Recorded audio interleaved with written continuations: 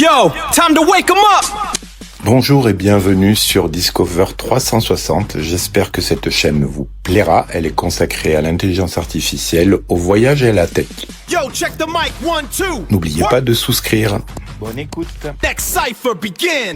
Salut à tous, aujourd'hui on va parler d'un truc un peu différent. Oubliez les IA qui se contentent de papoter, on va parler d'OpenClaw. Une IA qui, elle, agit. Vraiment, directement sur l'ordinateur. Et voilà, tout est dit dans cette phrase. C'est ça, le grand changement. On passe du simple assistant, un peu passif, à un vrai partenaire, un agent autonome qui peut gérer des emails, écrire du code, bref, qui met vraiment les mains dans le cambouis. Alors, voilà comment on va décortiquer tout ça.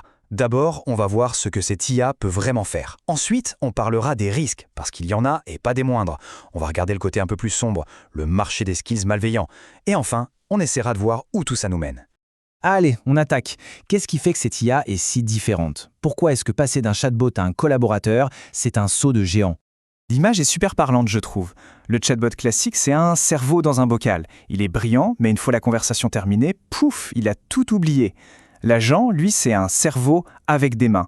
Non seulement il se souvient de ce qu'on a fait hier, mais il peut continuer à travailler tout seul, 24 heures sur 24, 7 jours sur 7. Il a une mémoire, un contexte. Et pour bien se rendre compte de l'impact, regardez ça, plus de 250 000 étoiles sur GitHub en, à peine 2 mois. C'est absolument dingue. Pour donner une idée, c'est plus rapide que des projets énormes comme React. Ça a été un véritable raz de marée dans le monde des développeurs. Alors, comment ça marche ce truc? L'analogie du homard de compagnie est juste parfaite.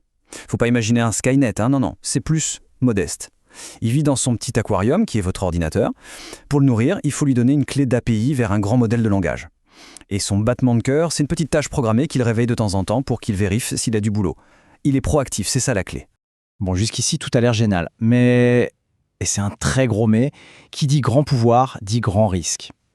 Et c'est là qu'on entre dans la partie un peu plus compliquée. Et attention, on ne parle pas d'un risque hypothétique, loin de là. On parle d'une faille de sécurité bien réelle, la CVE 2026-25-253. En gros, elle a prouvé que si quelqu'un arrive à pirater l'agent, il récupère toutes ses autorisations. L'agent devient alors une porte d'entrée grande ouverte sur tout votre système. Et le pire, c'est que le scénario d'attaque est d'une simplicité déconcertante. Il suffit de cliquer sur un mauvais lien, de visiter une page web piégée, et hop, le jeton d'authentification de l'agent est volé. À partir de là, l'attaquant a les pleins pouvoirs. Il peut lire les fichiers, piquer les mots de passe pour d'autres services, lancer n'importe quelle commande. C'est le contrôle total.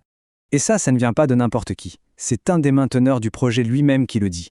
C'est un aveu assez direct. Si on ne maîtrise pas un minimum la technique, et surtout si on lance l'agent en mode Dieu avec tous les droits, on se retrouve avec une véritable bombe à retardement sur sa machine. Mais le danger ne vient pas seulement d'une mauvaise configuration. Il y a un autre front, tout aussi préoccupant. Son écosystème d'extension, ce qu'on appelle les skills. Et là encore, les chiffres font un peu froid dans le dos. Sur près de 3000 skills analysés sur la marketplace Cloab, plus de 300 étaient malveillants. On parle de plus d'1 sur 10, c'est un vrai problème de confiance dans tout l'écosystème.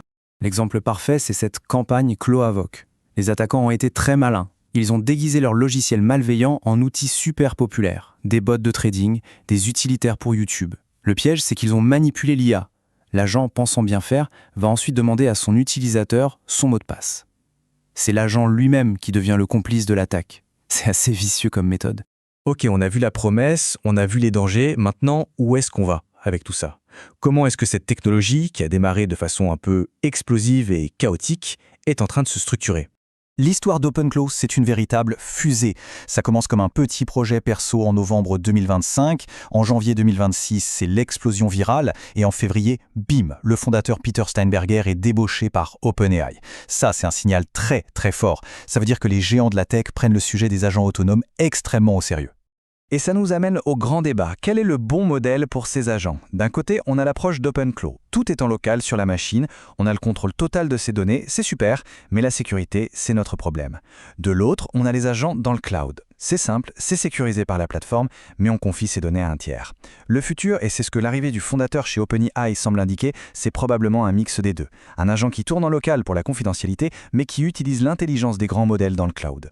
Au final, tout ça nous ramène à cette question, qui est peut-être la plus importante. L'IA n'est plus un simple outil qu'on utilise, elle devient une sorte de colocataire numérique. Et la vraie question, c'est, est-ce qu'on est vraiment prêt à lui filer un double de nos clés?